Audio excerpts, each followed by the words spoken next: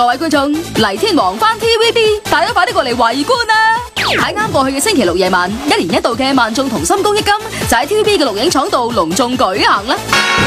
凝聚全城前線心，點亮香港公益金。嗱，當晚 TVB 嘅親生仔女吳若希同吳業坤佢哋現身獻唱，就唔係啲咩大驚小怪嘅事嚟啦。完全無謂理氣迷信愛，就算斷崖都會有花開，遊集才越精彩，仍付出慷慨，有時流淚了，仍是放不開。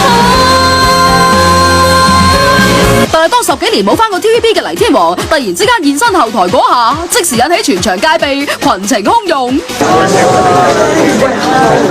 大家望下佢身邊嘅保鏢同埋圍觀嘅觀眾，都比平時多咗2倍有多啊！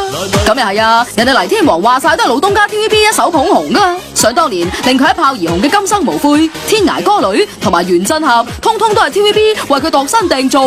所以話如果冇咗當年嘅 TVB 呢，邊度有今日嘅黎天王啊？再加埋黎天王家陣貴為公益金嘅榮譽董事，喺自己地頭幫自己人做事，黎天王啊點會唔落多2錢肉緊，唱多2首靚歌啊？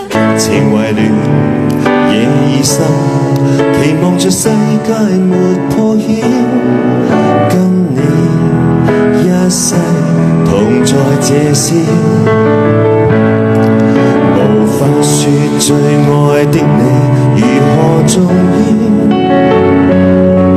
茫茫路在半生，其實像有你沒缺少，珍惜仍然共你的